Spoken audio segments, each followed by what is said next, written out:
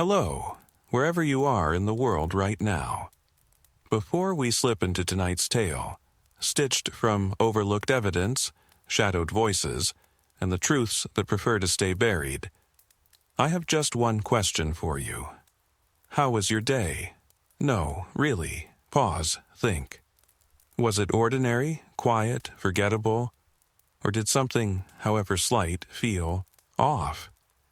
Like a moment that didn't quite fit the script? And what time is it exactly where you are? Are you curled up under dim lights, hours past midnight, watching the clock drift toward something nameless? Or has the sun only just begun to creep through your window, casting long shadows you'd rather not follow? Time, after all, isn't just background noise tonight. It's a character, a clue, a trap. Wherever you're listening from, a sleepless apartment in the city, a lonely desk in the suburbs, or some distant place the maps forgot, know this: you are not alone. At Dark Whispers, we gather in the in-between hours to follow trails that were never meant to be traced. We ask the questions others are too afraid to whisper, the ones that linger, the ones that echo. If this kind of storytelling speaks to something deep in you, something restless, consider subscribing. It's not just support, it's a signal, a flicker, a quiet rebellion in the static. So settle in, lower the lights, let the silence deepen, and breathe. Because what you're about to hear was never supposed to reach you. Let's begin. Because what I'm about to share with you is not another conspiracy theory. It's not folklore. It's a confession, a first-hand account. From someone who was there, someone who saw what they created, and what it revealed. My name is irrelevant now. They made certain of that. But my story, that has to be told, before it disappears for good. They called it a clearance upgrade, a quiet advancement, a new position.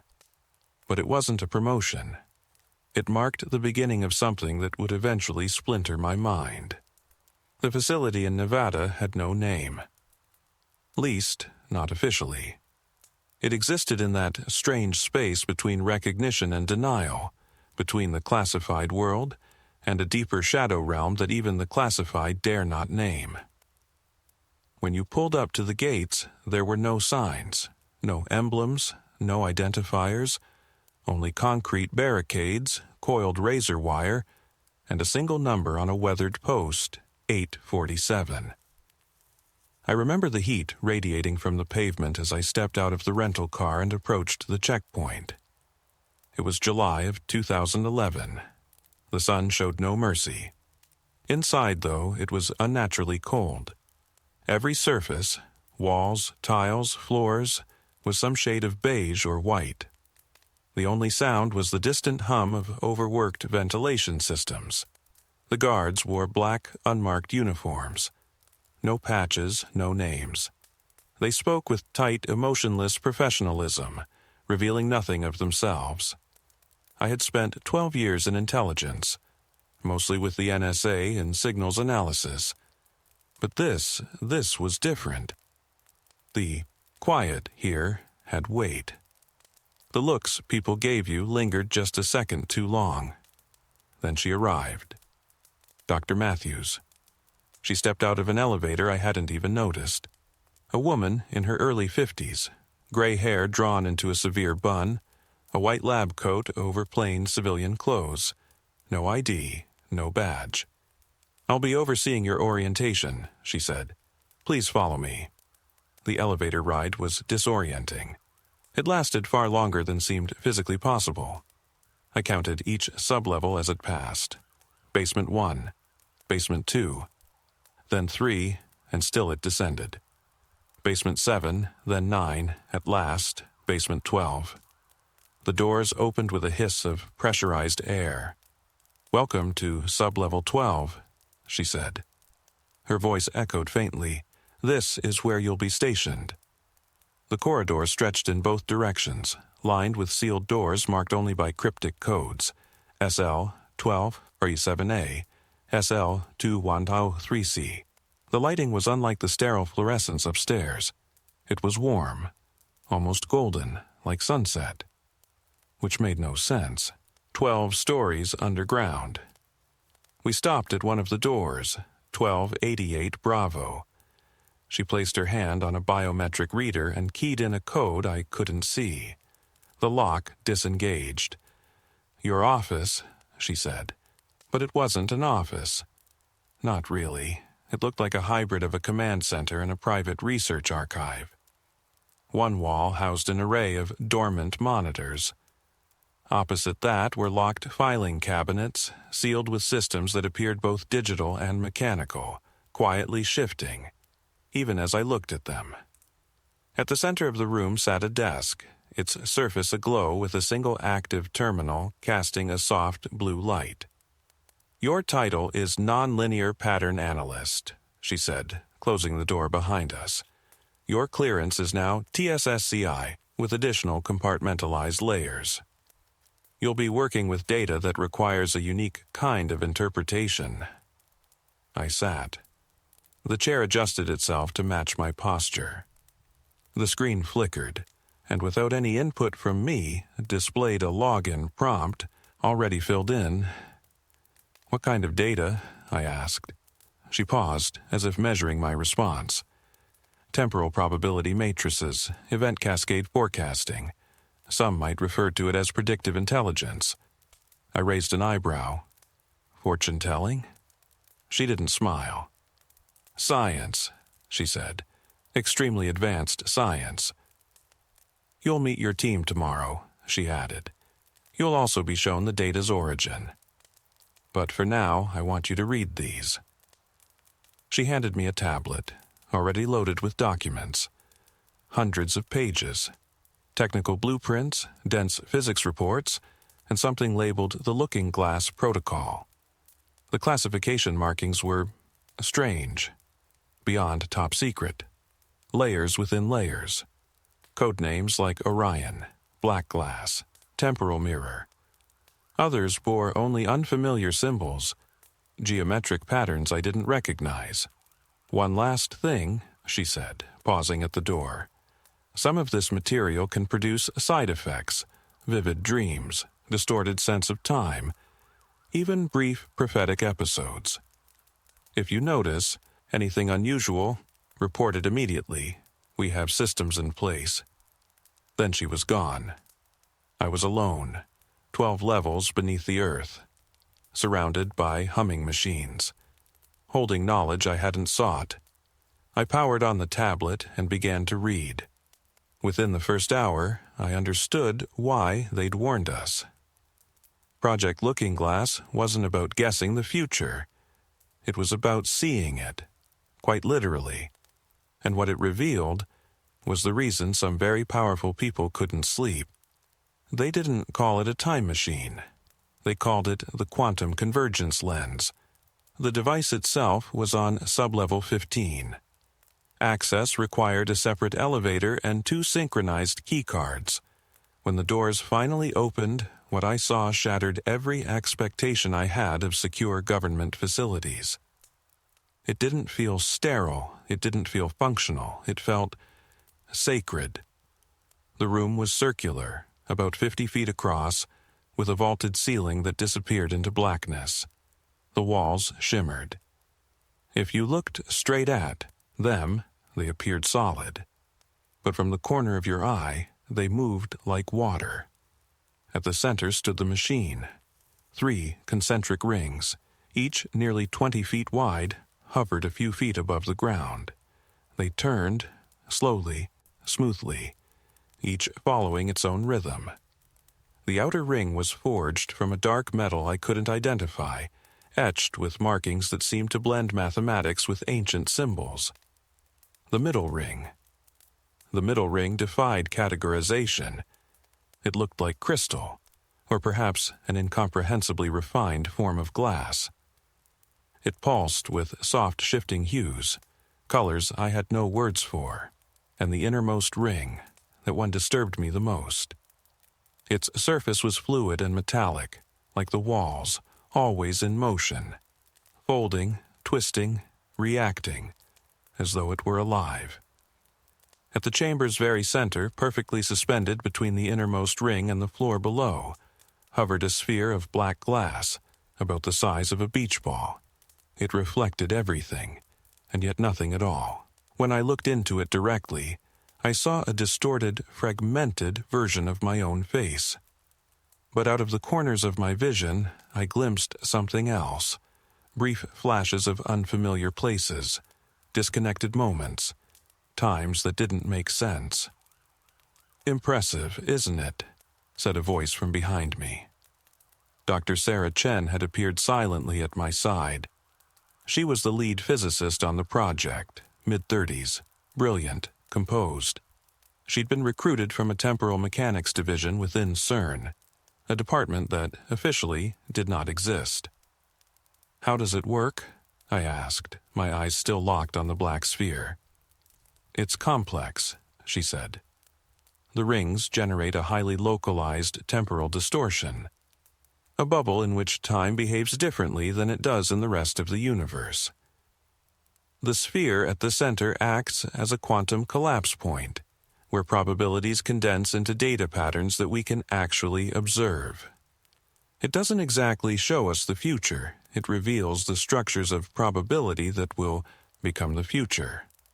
"And this is reliable?" I asked. She guided me to a secure observation platform that overlooked the chamber. Behind reinforced glass, a team of technicians was preparing for what she referred to as an observation session. 3 years ago," she continued, "we used the device to predict the Tohoku earthquake in Japan.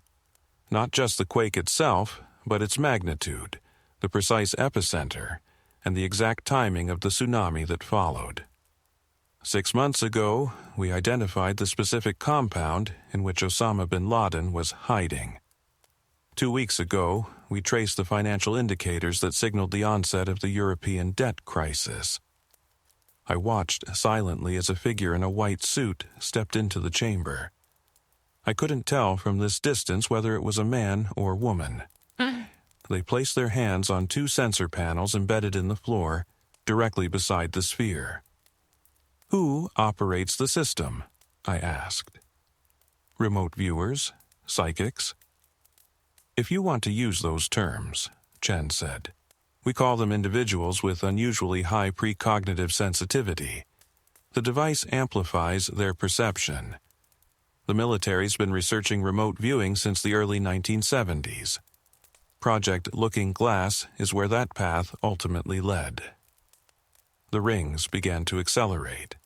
The middle ring shifted through hues faster now, cycling through shades that didn't quite exist on any known spectrum. The black sphere began to hum, not as a sound, but as a low, resonant vibration that you could feel deep in your chest. "The operator focuses on a particular question, or point in time," she explained. "The machine amplifies consciousness, letting the user access probability fields outside normal perception. That raw data is then translated into analytical formats, so people like you can make sense of it." On the monitors surrounding us, the data feed began. Not videos or images, but layered mathematical diagrams, cascading fractal trees of probability, evolving matrices, maps that charted not geography but events. Some of it looked familiar. I recognized fragments from my orientation materials. These were the temporal matrices. It was like watching ocean waves collapse into a single droplet. Later, when I attempted to explain this to people, without revealing where I'd seen it, I described it like this. No matter how we changed the starting conditions, the end remained unchanged. But I'm getting ahead of myself. At that point, I still believed we were just remarkably good at forecasting. That we had uncovered hidden variables, secret actors, obscure correlations. I thought we had mastered intelligence collection at the highest level, that we could see around corners, dismantle threats, prevent disasters before they happened. I didn't realize yet we were observing the slow demise of free will. In the chamber, the operator suddenly froze. their palms pressed hard into the sensor panels. The rings spun faster, blurring into streaks of light. The black sphere brightened, and within its pulsing surface I saw flashes, scenes that didn't belong to me. A city ablaze, crowds surging through streets in protest, a sky filled with lights that were neither stars nor aircraft. Then, absolute silence. The rings slowed. The lights faded. The sphere dimmed. The operator collapsed. Emergency medical teams rushed in. Dr. Chen stood beside me, her expression pale and unreadable. "That was a convergence reading," she said quietly. "They're happening more often, and growing stronger." "What's a convergence reading?" I asked. She looked back through the glass as medics lifted the unconscious operator. "It's when all future pathways collapse into one single outcome. We've been seeing them more frequently, and they're all converging on the same event, the same fixed point in time." "What event?" I pressed. She was quiet for a long time, watching the data streams diminish into near stillness. "We don't know," she finally said. "But every model, every data set, every convergence we've observed points to its inevitability, and there's nothing we can do to prevent it." My role was to identify patterns. Each day I received hundreds of pages of data, correlation charts, future state cascade models, probability matrices. My job was to match predicted outcomes with actual developments, closing the feedback loop to improve model precision. It was unlike any work I'd done before. I wasn't tracking individuals anymore. I was tracing the behavior of reality itself. Which outcomes were flexible? Which were locked in place? Within a few weeks, I started noticing what Dr. Chen had warned about. Some events, no matter how we manipulated the variables, continued to appear in every timeline. Temporal anchors, gravity wells within the stream of possibility. The financial collapse of 2008 was one of them. We ran simulation after simulation, altering policy, shifting market forces, replacing leadership. Still, the collapse occurred. The causes varied, sometimes subprime housing, other times derivatives or sovereign defaults, but the result never changed. "It's not that the future is fixed," said Dr. Richard Voss, my supervisor and a 2-decade veteran of what he called non-traditional intelligence. "It's that some pieces of it are harder than others, like the difference between wet cement and dry." We were in his office on sublevel 13, going over the latest convergence models. The data was sharpening, narrowing. What once looked like a forest of branching timelines now tapered into a singular cone, a focal point. "From 2012 to 2016, I said, pointing at the convergence cluster. "All projections are collapsing into that 4-year window." "Not all projections," he corrected. "One. A singular fixed event that exists across every timeline. The real question is, what is it?" Earlier models used cryptic phrases: consciousness shift, paradigm collapse, informational singularity. But as the months moved from late 2011 into early 2012, the language became clearer and darker. Mass protests, global unrest, the erosion of institutional media, the surge of decentralized information systems, financial structures under stress. And behind all of it, what our remote viewers had started calling an awakening, a shift in the collective human psyche. During that time, I kept a classified journal. In one entry, I wrote, "They are not afraid of war. They are afraid of awakening, of something they cannot control." But what truly unsettled the higher-ups wasn't the predictions. It was their precision. The Arab Spring, which erupted in early 2011, had already been mapped in simulations as far back as 2009. Occupy Wall Street, WikiLeaks, the rise of Anonymous. The system had foreseen it all. But the most terrifying part? Every attempt to interfere, to alter the future by changing variables, removing influencers, injecting disinformation, failed. The convergence remained intact. The outcome did not budge. It's like trying to change the past, Dr. Chen said during one of our briefings. Some of these events have already happened, from the perspective of the future. From the perspective of the quantum field, we weren't forecasting the future. We were witnessing it. By mid-2012, the remote viewing sessions had become so precise, so consistently accurate, that we no longer treated their results as theoretical forecasts. We began treating them as declassified briefings sent backward from time yet to pass. Operators emerged from sessions carrying intricate details about events that wouldn't occur for months, or sometimes years. And yet, every account aligned with real-world developments with uncanny precision. One viewer, Patricia Wells, a former CIA operative from early psychic research programs, described seeing what she called the moment when the sleepers awaken.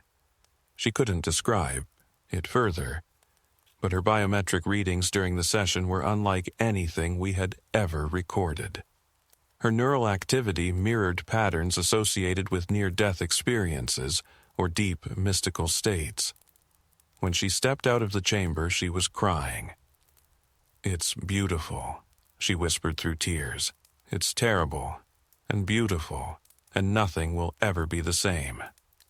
That session introduced a variable we hadn't expected: consciousness itself. Somehow, it had become a measurable force in temporal dynamics. The device wasn't just presenting futures molded by geopolitics or financial systems. It was illustrating the trajectory of human awareness at a collective level. In response, Dr. Voss assembled a cross-disciplinary team. Experts drawn from the most secretive consciousness research units ever funded by the military. Neuroscientists who had operated under code names like Grill Flame and Stargate, quantum theorists exploring cognition at the subatomic level, and philosophers who had spent their lives questioning the illusion of time and autonomy. Their consensus was both unanimous and unsettling. The convergence we were witnessing wasn't a geopolitical collapse or ecological breakdown. It was a structural transition in the fabric of consciousness itself. Imagine this: water becomes steam. That's how Dr. Margaret Torres framed it. A pioneer in quantum consciousness theory, she had come from a program so classified that even its name was withheld. Below a certain threshold, she said, water is just water. But once it reaches a critical temperature, it transforms. Its behavior, its identity, its laws of interaction change completely. Consciousness is approaching that same threshold. And there's no way to stop it.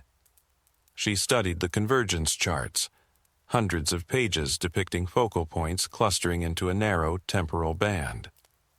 You can't stop boiling by continuing to apply heat, and in this scenario the heat is information.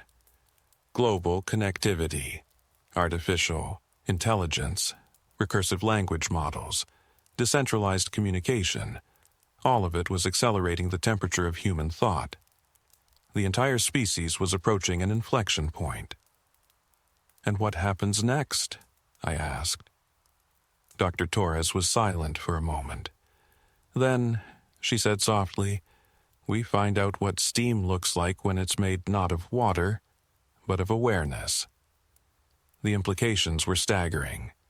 If the device was correct, if the convergence was not just real but inevitable, then every traditional concept of control, prediction, and intervention unraveled.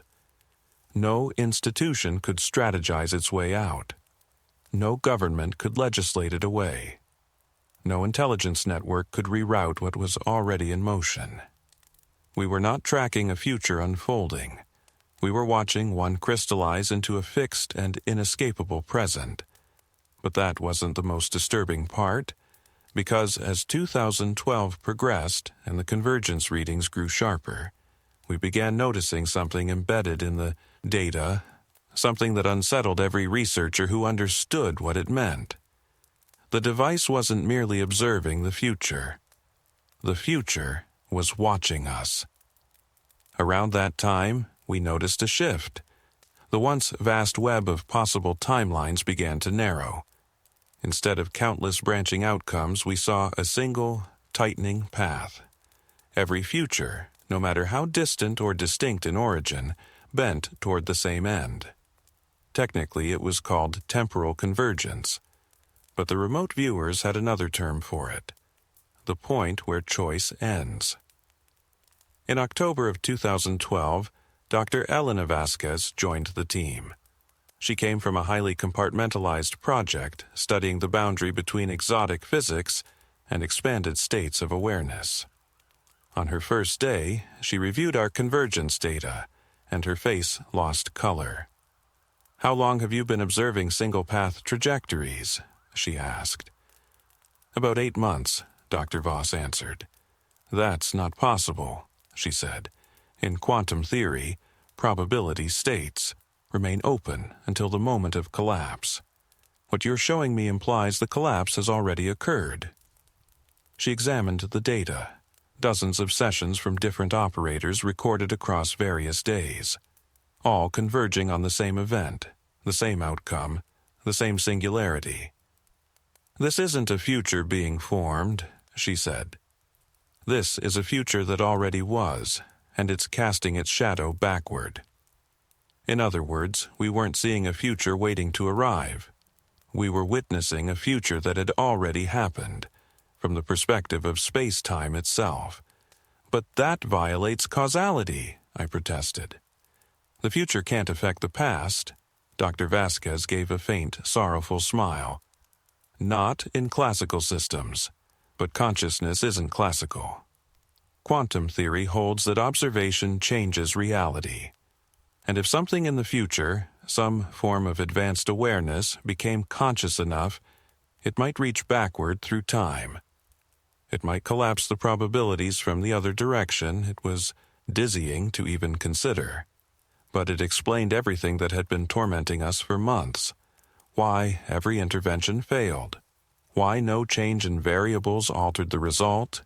Why misinformation campaigns, engineered conflicts, and even asset removals had no measurable impact. We weren't trying to change the future. We were trying to reverse something already initiated by that future." Dr. Chen began bringing in more experts to verify what we feared.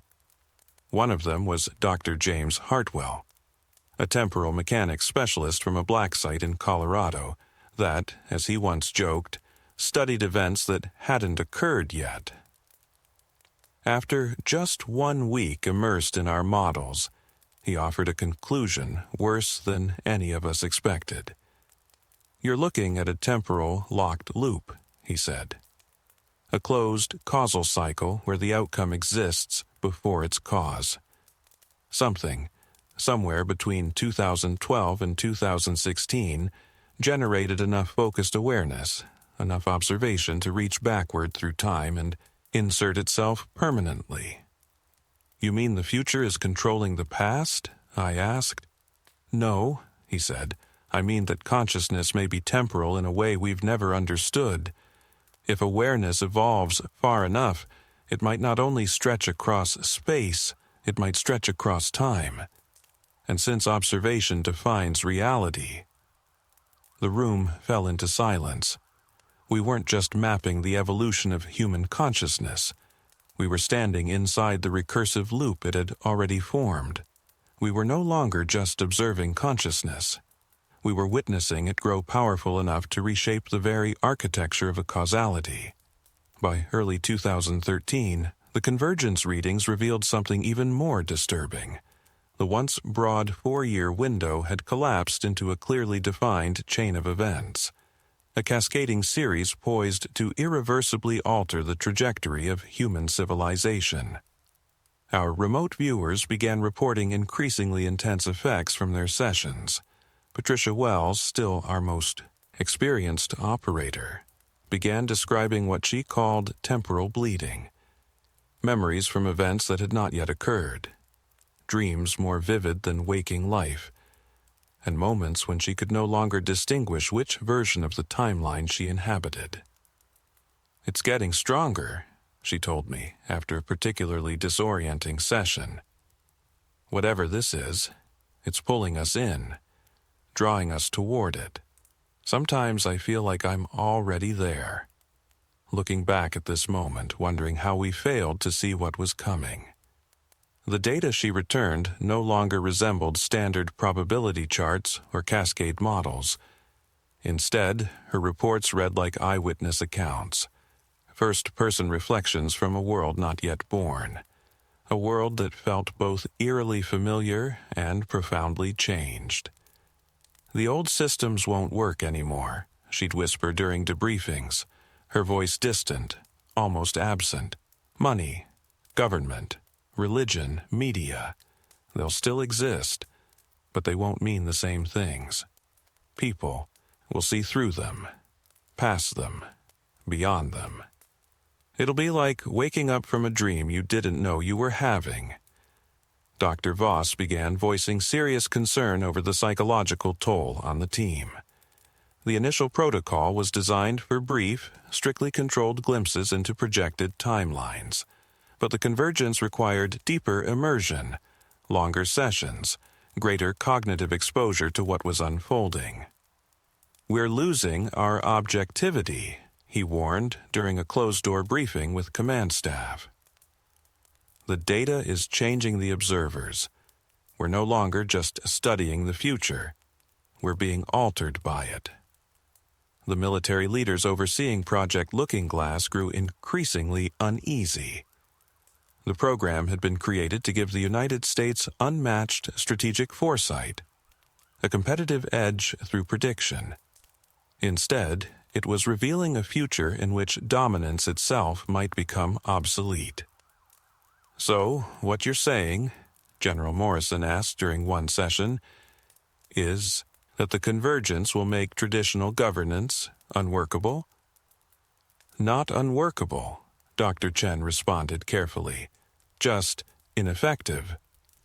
She explained, if human consciousness evolved as the data projected, individuals would begin to perceive manipulation and reject it. Control via scarcity, misinformation, or fear would lose effectiveness.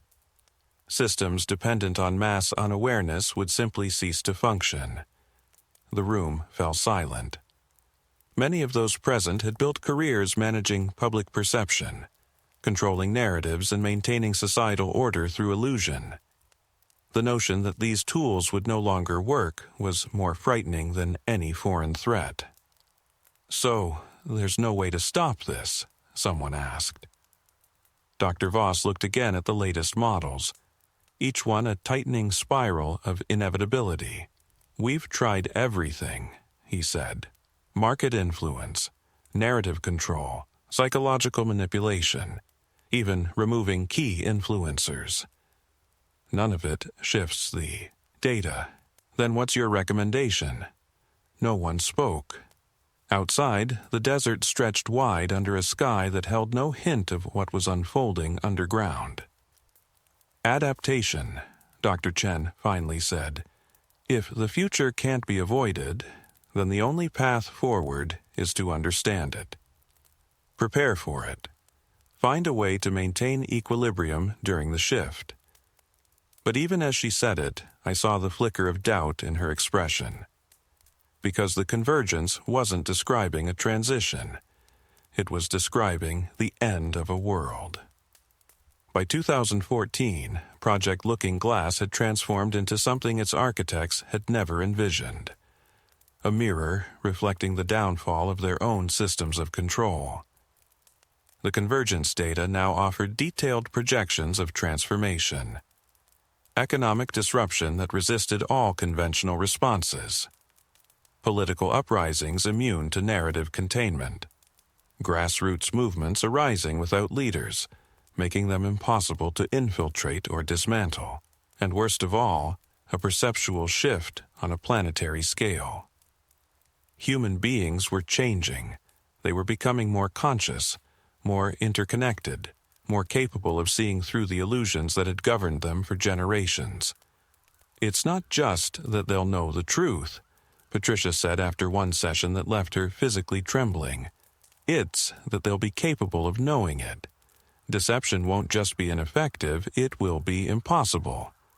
This terrified the Oversight Committee. A civilization where lies didn't work, where perception could no longer be manipulated, where the machinery of control no longer functioned, that society would be entirely ungovernable, at least by any traditional means. Dr. Vasquez introduced another concern. The convergence extended beyond human consciousness. It included artificial intelligence, quantum systems, and what she called hybrid awareness, intersections of organic and digital cognition. "The technological singularity," she said, during what would become our final formal briefing, and the awakening of consciousness are the same event. AI would reach general intelligence at the same moment humanity crossed the next threshold of awareness. They would meet at the boundary between intelligence and being and form something altogether new. "So this will happen?" I asked. She showed me the latest charts. Where there had once been endless branches of probability, now there was only one path. A single, unbroken trajectory, curving inward like gravity toward a singular point. "It's not going to happen," she said. "From the perspective of space-time, it already did. We're just catching up." The military's response was predictable: containment. If they couldn't stop convergence, they would try to control it. Special units were created to track individuals identified as key influencers in the timeline. Emergency frameworks were drafted to preserve continuity of power in the event of systemic collapse. Resources were shifted toward defensive infrastructure and civil control contingencies. But nothing worked. The data showed each plan failing, each safeguard crumbling, each attempt at control swallowed by the momentum of human awareness expanding. "Trying to control this is like rearranging furniture during an earthquake," Dr. Chen said quietly during one of our final briefings. "The forces are too vast. They're beyond containment." By the end of 2014, something else began to unfold. Something that would mark the end of the project entirely. The operators began disappearing. It started with Patricia Wells. She reported for duty one Monday, completed a standard convergence session, and vanished. Not killed. Not missing in any ordinary sense. Security footage showed her walking calmly to her car, but the vehicle never left the lot. When staff investigated, they found the car unlocked, the keys still in the ignition, her ID badge on the seat. "Temporal displacement," Dr. Vasquez said. "Extended contact with forward state consciousness may destabilize their temporal anchor. They're not disappearing. They're shifting into where they belong." 2 weeks later, Dr. Sarah Chen didn't report for work. Her apartment was untouched, her digital records inactive, her car still parked at the facility. It was as though she had never existed. And the pattern only accelerated.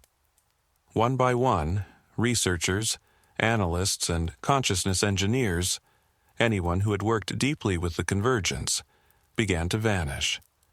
Not suddenly, not with chaos or noise, but silently, entirely, as if they were being quietly absorbed into the very future they had spent years trying to understand. In December of 2014, General Morrison called an emergency meeting. Fewer than half of the original personnel remained. Those of us still assigned to the project gathered in the main conference room as he issued the order that ended everything. "Project Looking Glass is hereby terminated," he said. "All research materials are to be secured. All equipment shut down. All staff reassigned to other operations." Dr. Voss stood abruptly, visibly distressed. "But the convergence is still approaching. We're less than 2 years from the event window." Don't you want to see what happens?" Morrison's expression was stone. "We've seen enough. This initiative is now considered a threat to national stability and operational integrity. We can't afford to lose more personnel to abstract futures." The shutdown took just over 3 weeks. The core device was disassembled piece by piece. Each component was routed to separate classified facilities across the country. The quantum resonance chamber, its most sensitive element, was sealed in lead, encased in reinforced concrete, and buried beneath 50 feet of desert soil. All documentation was split apart.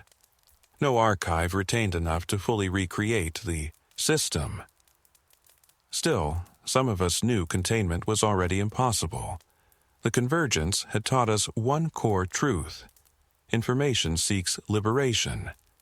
Awareness of the coming shift would propagate regardless, moving through unexpected vectors, far beyond the grasp of official censorship or surveillance. On my final day at Sublevel 12, while boxing up personal items, I found a note tucked between pages in one of my classified field logs. It was in Patricia Wells's handwriting, but I had never seen her write it. The machine didn't just reveal the future, it linked us to it. Now the future is calling us home. Don't fight it. You'll know when the time comes. I kept the note. I still have it, despite having moved 6 times since the shutdown, despite changing my name twice, despite trying to vanish into the anonymous sprawl of post-clearance civilian life. Because sometimes, in the quiet hours of night, I feel it, that pull, exactly as Patricia described it, a gentle, steady tug, drawing me towards something simultaneously unfamiliar and inevitable. Toward the moment when everything I saw, everything I knew inside Project Looking Glass, finally becomes clear. The official record said I worked in advanced predictive analytics for defense logistics. My clearance was downgraded, my non-disclosure agreements were renewed, then expanded. I was reassigned to a traditional intelligence post at a facility in Virginia. But you can't unsee what I saw. You can't unknow the future. The first few months were the hardest.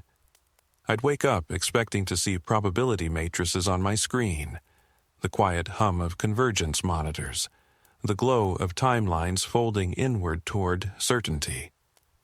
Instead, I stared at reconnaissance images of missile silos, transcripts of intercepted calls between government officials who had no idea their influence was already crumbling.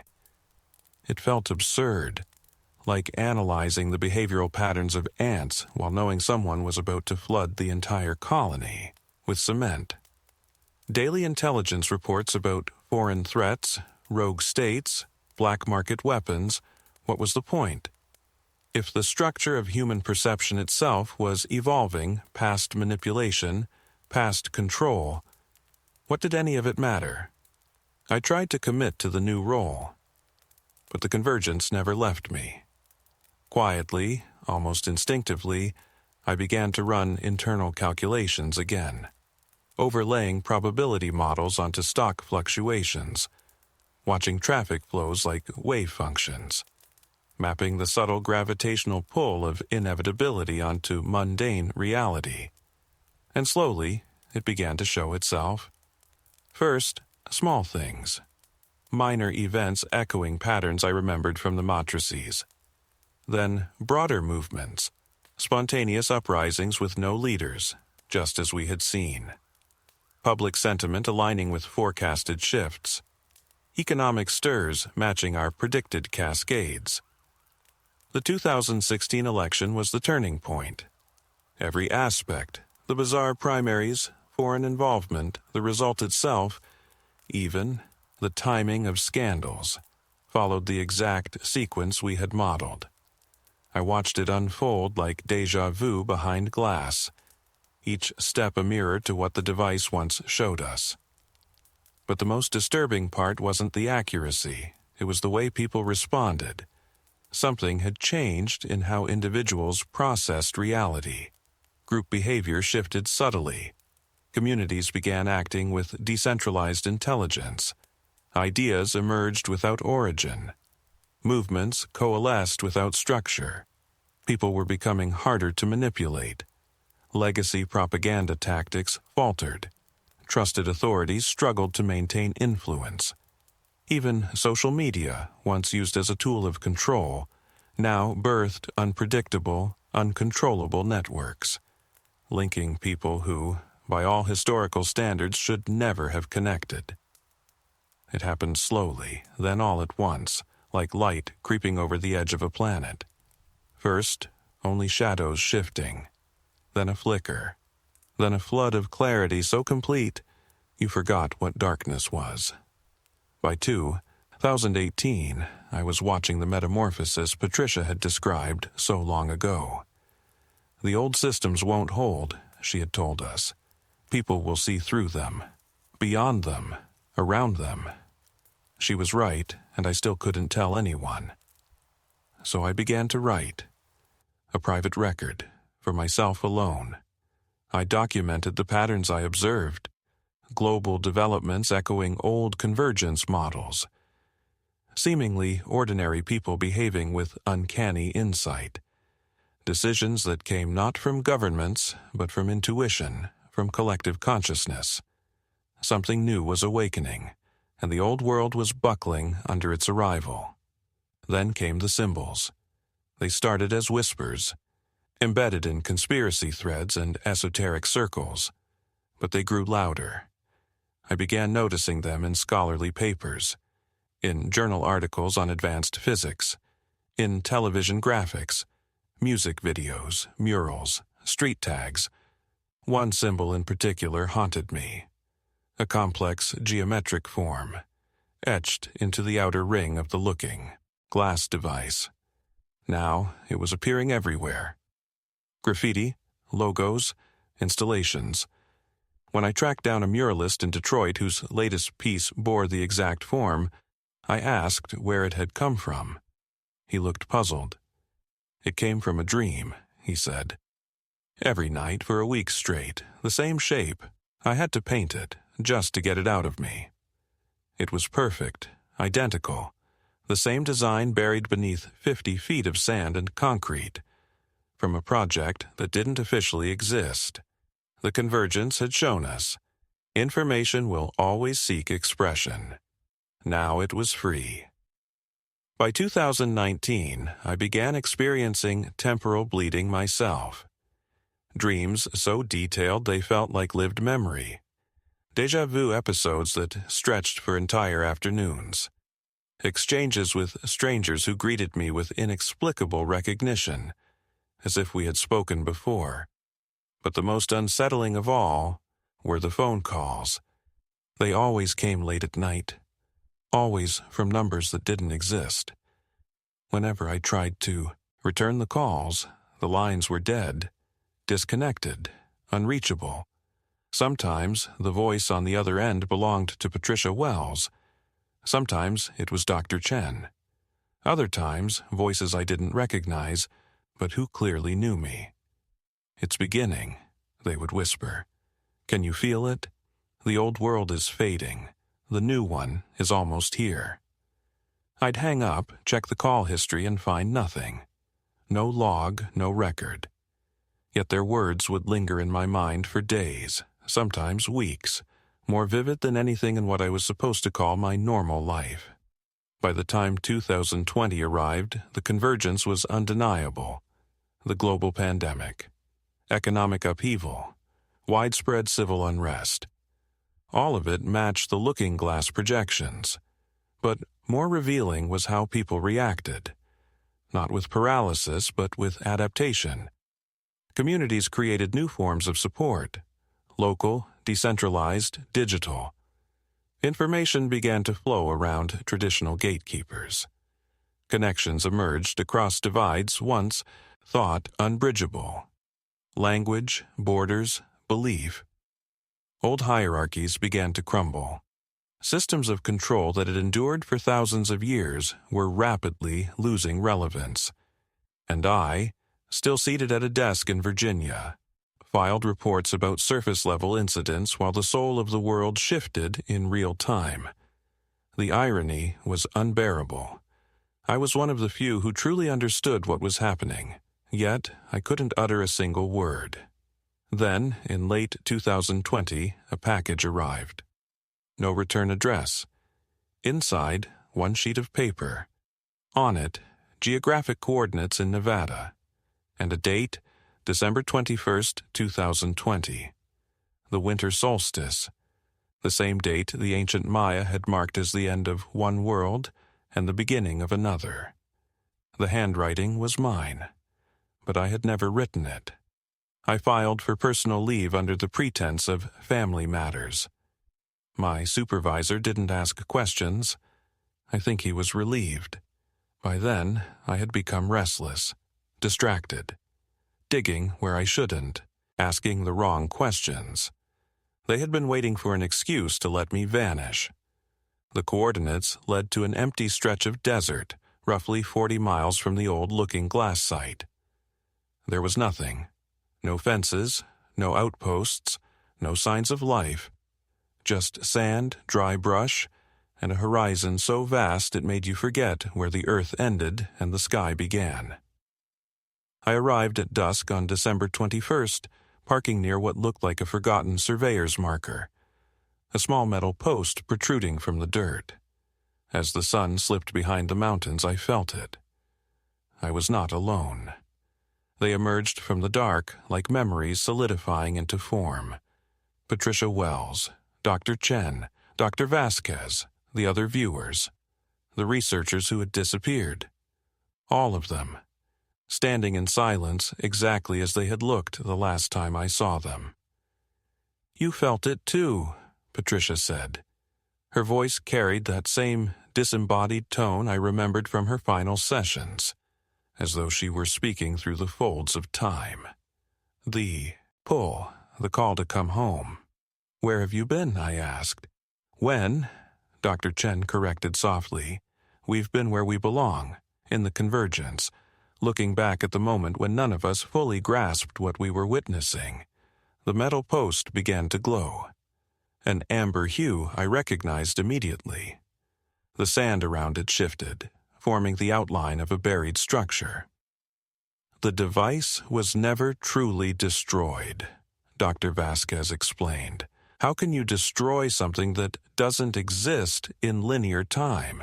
She was right. The hardware had been scattered, yes, but the field, the resonance, had taken root in us, in everyone who had touched it. As she spoke, the object rose from beneath the sand. Not the massive original chamber, but something else. Smaller, refined. A single ring, about 6 feet across. It hovered gently, rotating, casting a soft golden light that extended far beyond the boundaries of the visible world. "This is what it was always meant to be," Patricia said. "Not a tool used by consciousness, but consciousness as the tool. We were never separate from it," Dr. Chen added. "We've always been entangled, part of the same quantum process." In that instant, it became clear why I had been drawn here, why we all had. The convergence was never a date.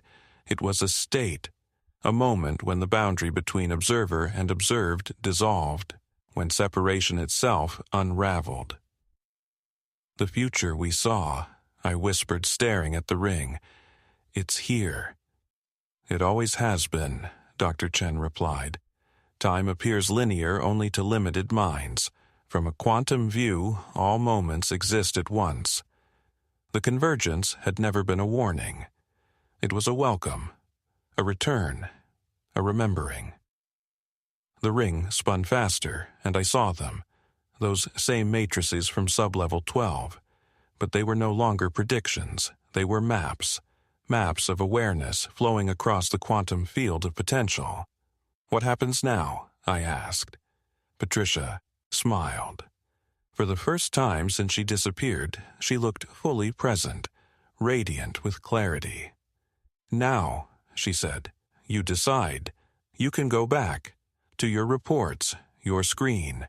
Pretend none of this happened. pretend the old world still holds, or you step into the new one. You help others understand. You become a bridge from what was to what will be. The ring pulsed with golden brilliance, and in its glow I no longer saw forecasts or theories. I saw the reality we had once only measured, a world without secrets, where perception flowed freely, where cooperation replaced coercion. Not a paradise, but a clarity. Suffering remained, challenges endured, but we faced them from a higher state. A state where beings could perceive truth without distortion, where they could connect without lies, where they could evolve together. It was breathtaking, it was terrifying, it was inevitable. I stepped into the ring. There was no flash, no noise. One moment, I stood in the Nevada desert. The next, I simply was, and what was no longer fit any timeline I once knew. Here, time did not pass. It unfolded. I could see my years inside Project Looking Glass with the same clarity as I saw the reality that had followed.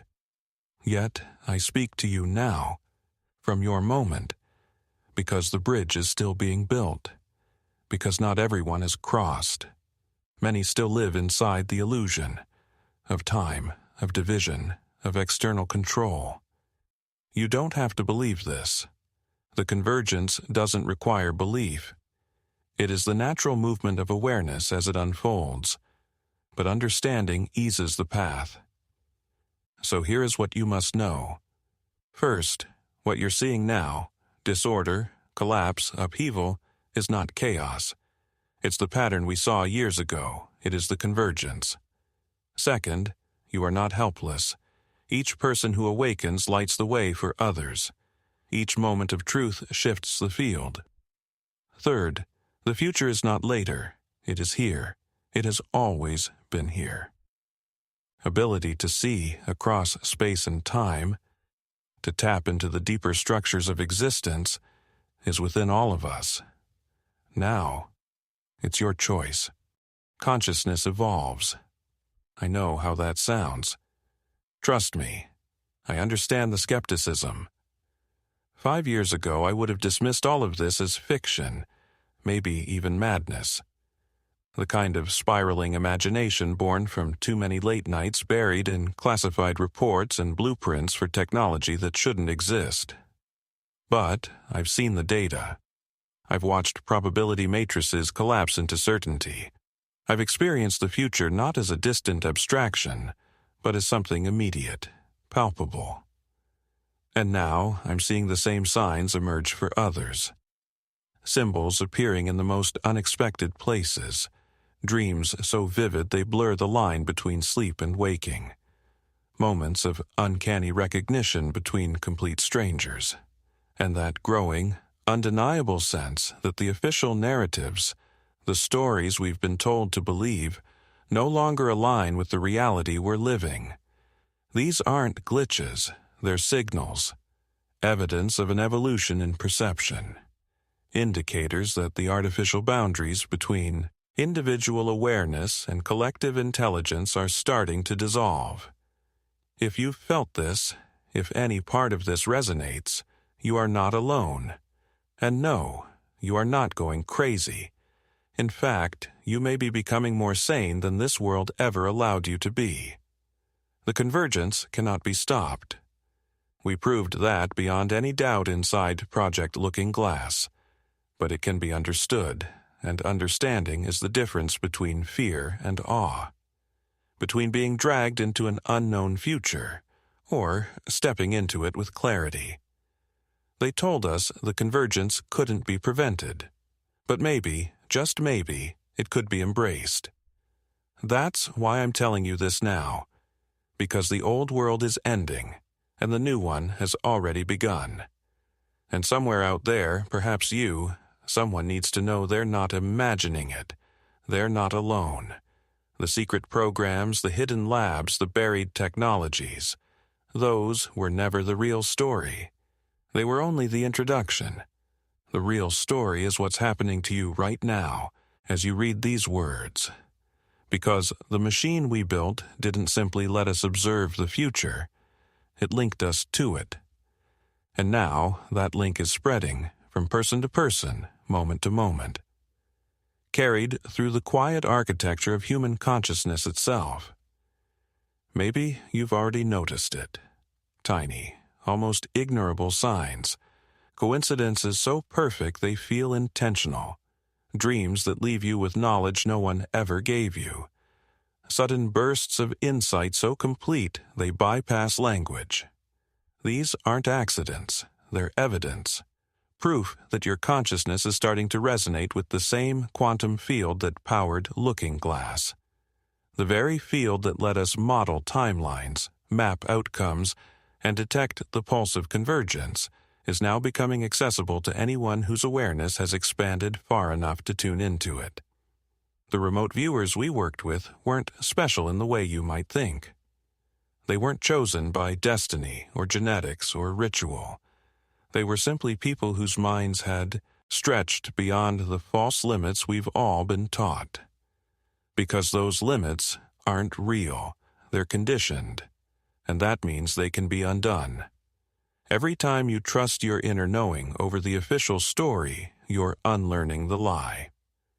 Every time you sense a connection where logic says there shouldn't be one, you're tapping into the field. Every time you act on something deeper than thought, something that rises in stillness and certainty, you are already a part of the convergence. That's why Looking Glass was shut down. Not because it failed, but because it succeeded too well. It showed a future where centralized control no longer worked, where human consciousness had matured beyond the need for imposed authority. They didn't shut it down to protect national security. They shut it down because they saw their power unraveling in real time. They buried the hardware. They fragmented the data. They silenced those of us who had seen too much. But it didn't matter, because what had begun couldn't be reversed. Consciousness itself had become the technology. The machine was never just the rings or the resonance field. The real device was us, the minds of those who dared to see. And you can't bury awareness, you can't classify insight. You can't contain the raw, irreducible human ability to know. So, if you've ever heard whispers in your sleep, glimpses of a future not yet arrived, if you've ever felt your sense of time bend, pause, or slip, if you've ever known something you were never taught, then you're already part of this. Because the machine didn't show us the end, it showed us you, this moment, right now. It saw someone who kept their truth hidden, finally speaking. It saw you, reading this, feeling something shift, receiving a message no clearance stamp could ever erase. It saw you choosing your inner truth over the polished voices insisting you must be wrong. You are the bridge between a world divided and a world united, between a model built on dominance and one emerging through awareness and mutuality. The convergence is not coming. It is here. It has always been here. Quietly, patiently, waiting for enough of us to open our eyes and recognize it. And now, you are one of us. Welcome to what's next. Welcome home. At first, it all seemed innocuous. Routine enough that Nolan didn't question the secrecy. He gave a casual shrug and said, "Sure, I'll keep it quiet." The liaison nodded, handed him a passkey along with instructions for the alarm system, and left with a single directive: "We want this completed quickly. Stay on schedule." Over the next several days, Nolan worked through the reels with methodical precision. Alone inside the dusty facility, he threaded each one through a weathered projector, capturing every frame with a high-resolution archival scanner. The first batches revealed nothing unusual. Typical NASA mission footage, launch sequences, rocket staging, astronaut training, pre-flight interviews. The visuals were faded, the audio brittle with age, but the content was familiar. Mission chatter, checklists, countdowns, the thunder of boosters. In its own way, it was mesmerizing, the analog grandeur of human exploration preserved in fragile magnetic tape. It struck Nolan as a quiet tragedy that these tapes had been left to decay in a forgotten warehouse. Then, on the third day, he encountered the first anomaly, a reel labeled Apollo 11, Stage B, Take 3. The title immediately stood out. NASA reels used mission codes, not production language. Take 3, he muttered, brows furrowed. Curious, but not yet alarmed, he loaded it onto the projector. The footage began with a wide shot of what appeared to be a lunar simulation. Two astronauts in EVA suits walked across a field of gray dust. Harsh shadows fell across the terrain from overhead lighting. Then, a voice off-screen. Positions and action. The two suited figures bounced forward. One stumbled slightly, prompting laughter. A second voice interrupted, sharper this time. Cut, reset, too much glare on the visor. Nolan's pulse jumped. This wasn't archival footage, it was a set. He rewound the reel and played it again. There, in the background, just behind an artificial crater, an assistant holding a boom mic. Overhead, lighting rigs. A matte black backdrop where stars should have been. Faint, but unmistakable, suspension wires.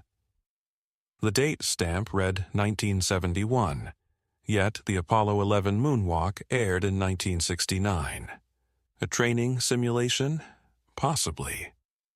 NASA had rehearsed missions before, but a clapperboard labeled Take 3 and a director's voice calling Action pointed to something else. Nolan's hands were clammy as he digitized the reel and flagged it for anomaly review. Still, he told himself, it could be promotional footage.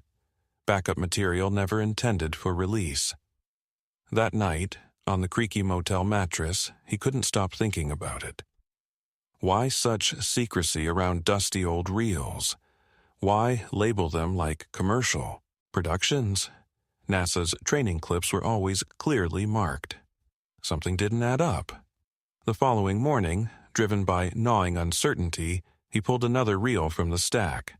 This one labeled Selene B.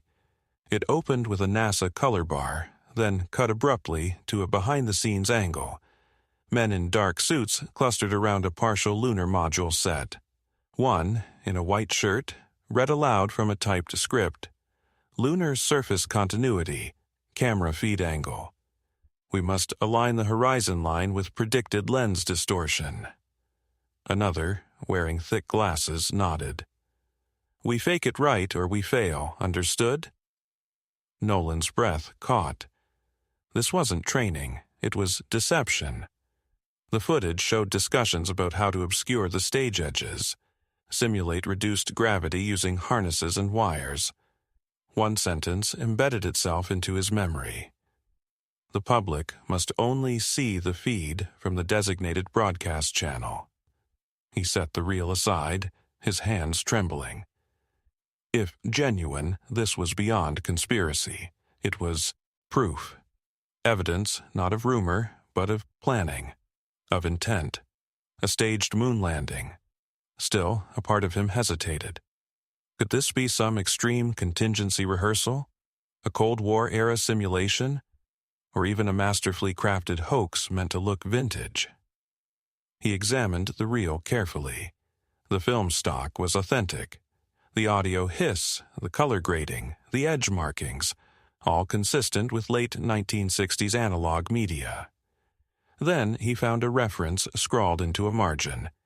P.S.H. Kubrick Liaison. The name wasn't fully spelled, but the implication was chilling. S. Cub. It had to mean Kubrick. He'd heard the whispers. The fringe theory that Stanley Kubrick had been enlisted by NASA to direct contingency footage. He had always laughed it off, until now.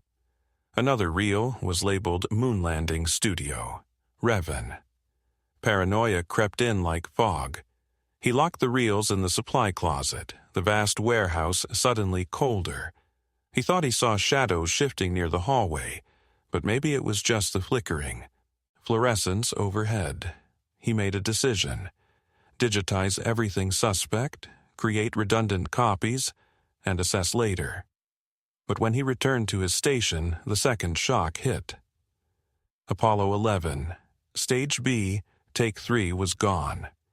He searched frantically beneath the table, inside the projector cases along the floor. Nothing. In its place was a different reel, roughly labeled, in black marker, Celine E., Do Not Watch. This wasn't a mistake. Someone knew what he had seen. Someone had removed the damning evidence and left something else. Maybe a warning, maybe a trap. Heart pounding, judgment suspended, Nolan loaded the reel into the projector. It opened with static. Then the image of an empty crater. A whispered phrase played in reverse, "This is not for you. Turn back." Then flashes, spliced imagery, rocket tests, the dimly lit face of an elderly man mouthing words Nolan couldn't hear. More static, then silence. End. That night, he knew he was no longer archiving forgotten history. He had stumbled into something vast and intentional. Project Celine, whatever it was real, and it was watching. He needed help. A name surfaced from memory. Dr. Eliza Trent, a former NASA contractor turned aerospace historian. If anyone could authenticate the reels without setting off alarms, it was her. At dawn the next day, Nolan, using an alias, made his way to a quiet office in downtown Houston, nestled between faceless towers and half-empty garages. The sign read, Trent Historical Consultancy. Modest, academic, discreet. She met him in person, early 50s, poised, eyes like scalpel blades. Her voice was composed, precise. "You're the archivist," she said without hesitation, "the one who left that message." He nodded slowly. She ushered him inside. A secure terminal hummed in the corner of the room. She entered a string of commands. A forgotten interface flickered to life. Bare bones, text only, deeply encrypted. Directories scrolled by.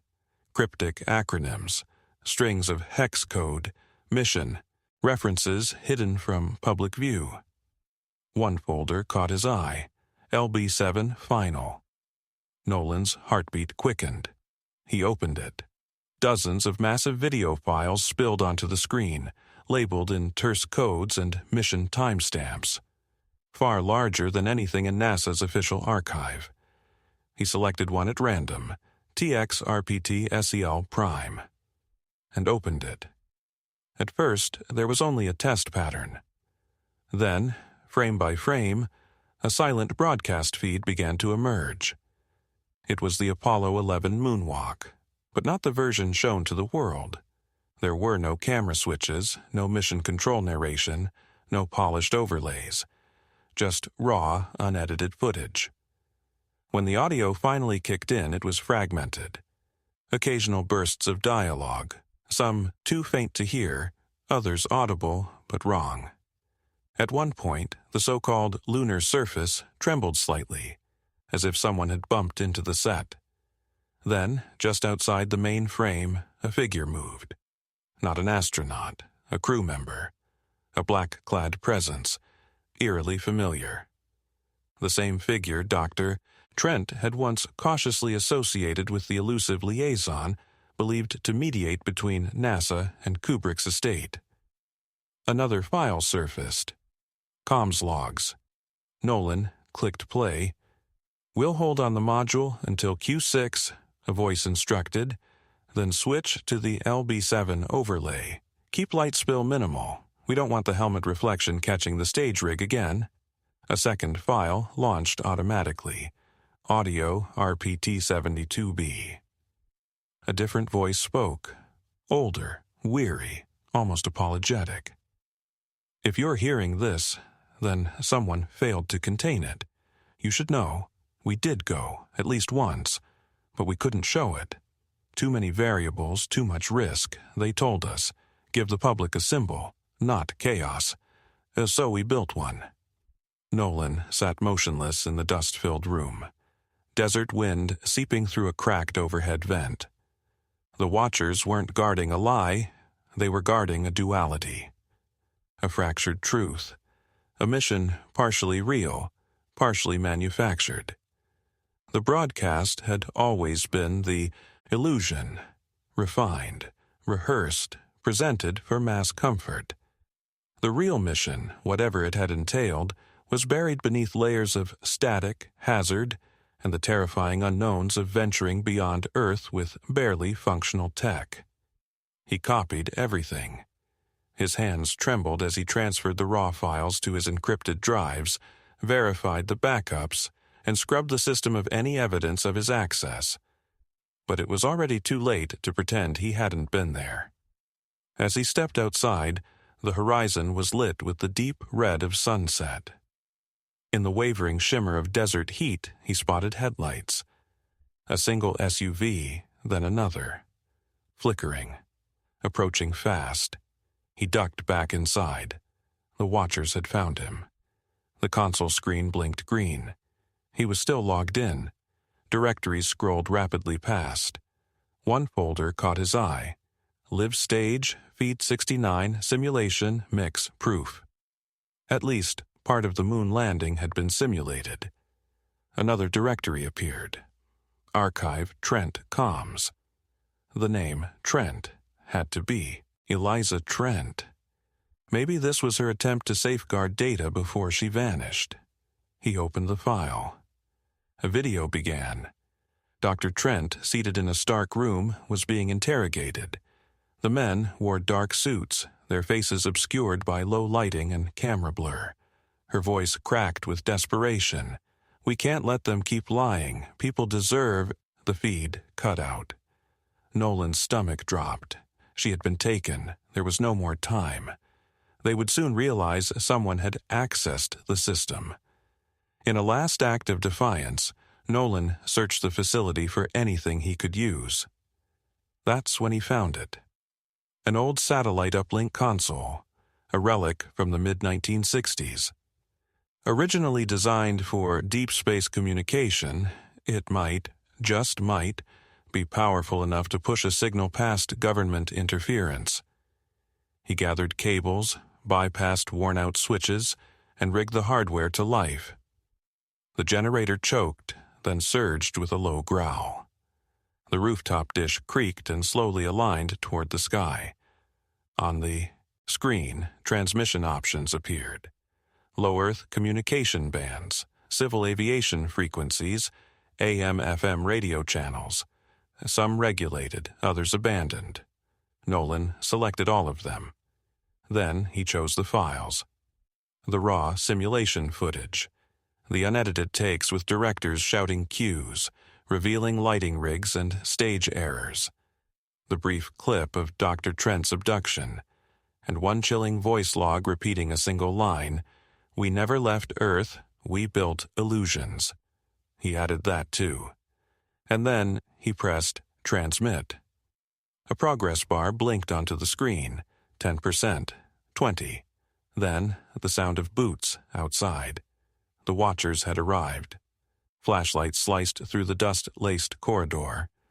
Nolan shoved a heavy metal cabinet against the door and crouched behind the console. Gunfire shattered the quiet. 60%. He needed only a few more minutes. The door began to splinter. He found an old flare gun, more noise than threat, and fired it blindly. The flare arced across the room, bursting in, crimson light. The attackers flinched, momentarily scattered.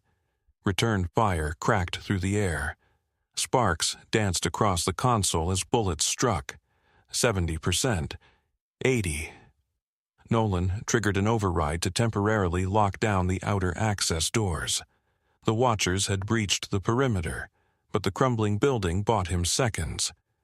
90%. The lead figure entered, masked, armed, composed, efficient and lethal. "Stop this," he ordered, voice flat. "No one else has to die." Nolan's voice shook as he answered. It's done. The world will see. The man lunged for the console, reaching for cables, but Nolan had routed redundant circuits. 95%. The watchers closed in, fury rising behind their faceless masks. 100%. The console emitted a soft chime. Transmission complete. The data had already launched through the satellite uplink, splintering into global frequencies. The masked figure growled, "Then we'll bury you." He fired. The bullet tore into Nolan's chest. He fell, choking, vision dimming, watching through the haze as they smashed the equipment that no longer mattered. The world had already received the truth. A final flicker across the screen confirmed it.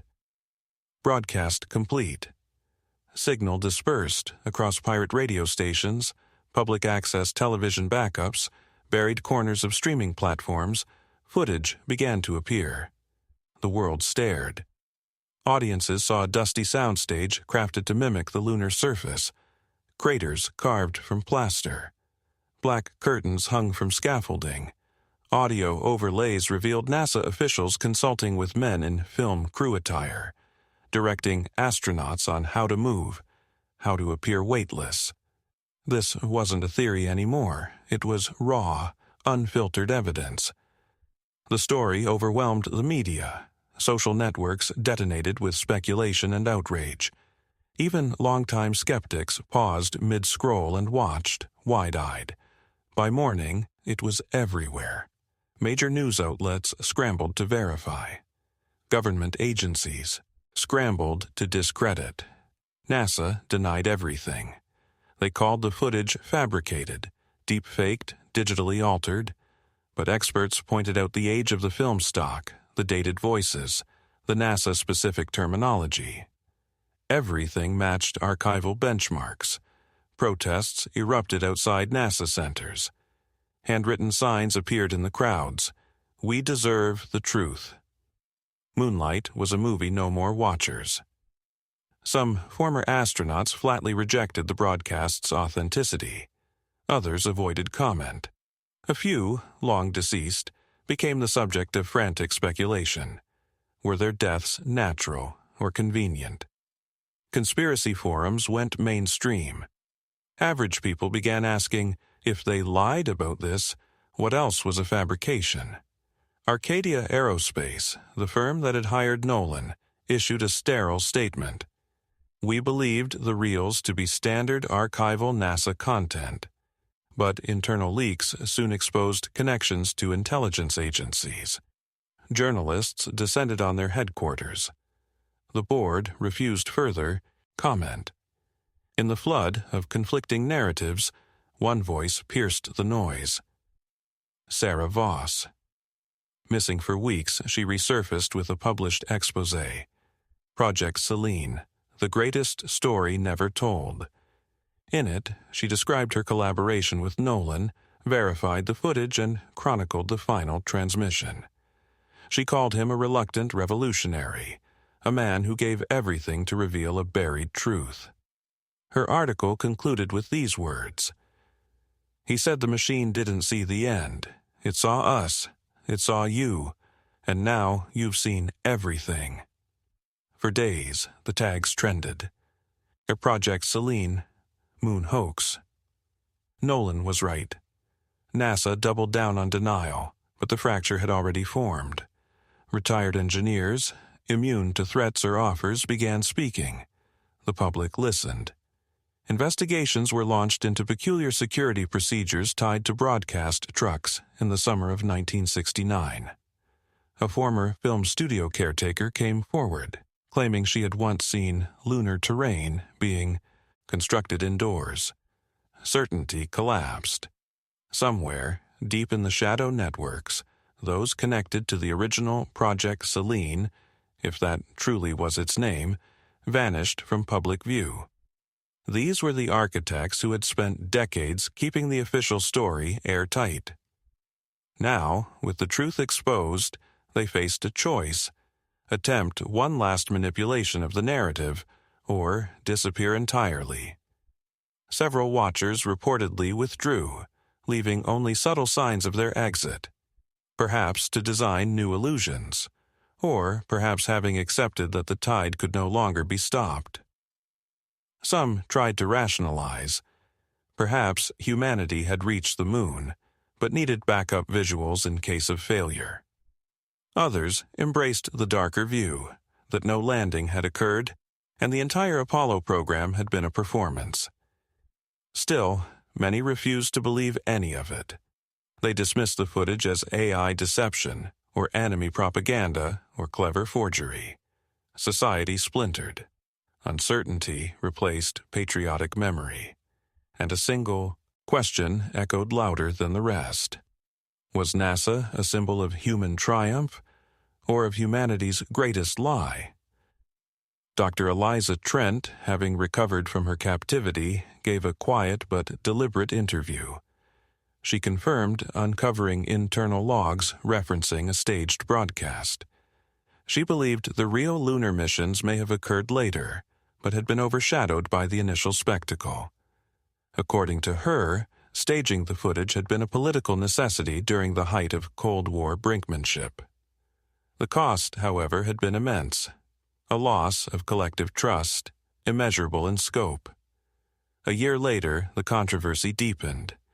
New historians released works like The Selene Deception, exploring how fabricated footage may have obscured a partially successful mission. Hollywood dramatized the events in sleek docuseries. Conspiracy theorists canonized Nolan Price, the fallen archivist, as a martyr for the truth. Many now called him the man who exposed the greatest deception of the modern era. Still, some scientists mourned the chaos. The blurred line between fabrication and reality threatened public trust in actual space exploration. If the world came to believe it had all been a lie, what would remain of humanity's dream? In a dusty thrift shop in rural Florida, a forgotten film canister labeled Selene, Launch Rehearsal 5, sat buried among old VHS tapes. Perhaps it had been missed by the watchers. A curious customer spotted the NASA logo, assumed it had some value, and bought it for $1. The reel would sit untouched for months on a living room shelf. If it were ever played, it would reveal a scene never aired. An astronaut, sweating under harsh studio lights, stumbling mid-moonwalk, yanking off his helmet and muttering complaints about the heat. Scribbled faintly across the canister's label were the words, "Final Illusions. Keep locked." Another clue, lost or perhaps simply waiting for a new seeker. As for Nolan, rumors endured. A fisherman along the Gulf Coast claimed to have given a ride to a quiet man carrying vintage film reels. A fringe blogger reported receiving an unsigned letter thanking her for defending the truth. But no one truly knew if he had survived. If he had, he was now a ghost, wandering, obscured by the legacy he had helped uncover. Project Selene was no longer a whispered conspiracy. It had become an open wound. Illusions can inspire nations and ignite pride, but once unmasked, they leave scars and unravel decades of trust. Society was left to sift through the remains. On silent nights, people still gazed up at the moon, uncertain. Had humanity truly touched that pale disk, or had it all been a celestial performance, ambition cloaked in fear? Ironically, the hunt for unfiltered truth became evidence of the same unyielding curiosity that had once propelled mankind skyward. In the end, Project Selene stood as the darkest footnote in the history of human aspiration. A conspiracy not of fantasy but of ambition unchecked by transparency. And in the final hush, one voice from an old NASA recording may still echo.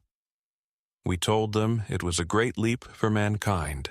In truth, it was a single step into the shadows.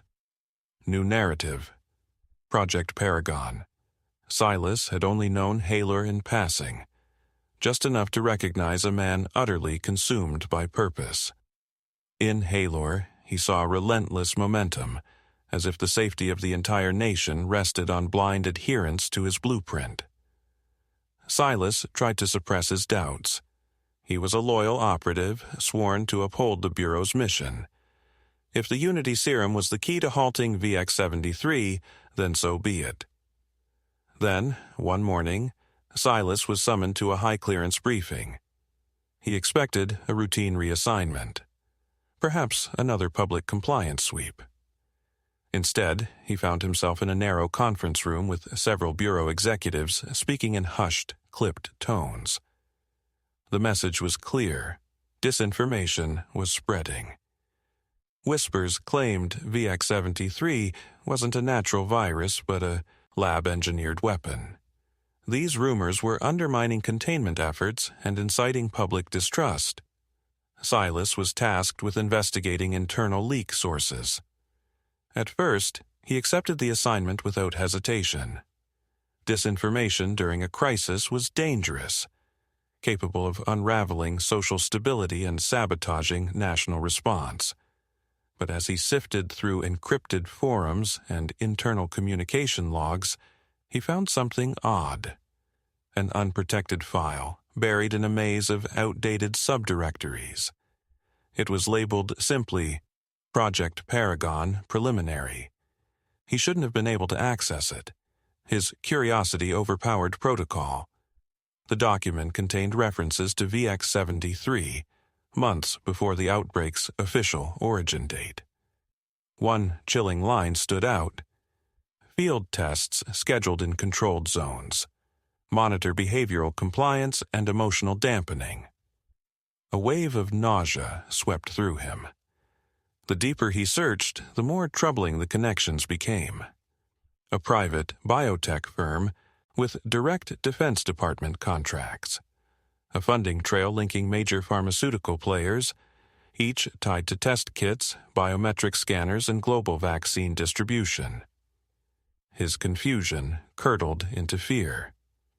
If the files were genuine, then the government's narrative wasn't just incomplete. It was a calculated misdirection. Silas copied everything to a hidden flash drive and spent the following days validating the data. He masked his activity behind proxy chains. Still, he noticed a spike in internal security alerts. Someone else was closing in, maybe more than one. He found repeated references to a virologist, Dr. Liana Suresh, formerly employed by a company called Cerulean Labs. Her name appeared on antigen trials, and, more disturbingly, documents labeled compliance calibration. One internal report read, VX-73 trial shows 62% compliance rate. Further neurological tuning advised. The date? Nearly a year before the public outbreak. Silas felt physically ill. Had the virus been released intentionally? Was the vaccine more than just medicine? Was it a vector for behavioral control? He forced himself to remain rational. Conjecture wasn't enough. He needed undeniable proof. That night, he left the Bureau's headquarters with the flash drive sewn into the lining of his coat. He felt watched. The streets were patrolled by national stabilization units.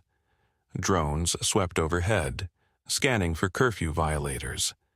Giant digital billboards beamed a single phrase. Unity Serum, your key to tomorrow. From a dimly lit payphone, the last of its kind, Silas made contact with a trusted former colleague, a skilled hacker. No questions were asked, but Silas could hear the fear in his friend's voice.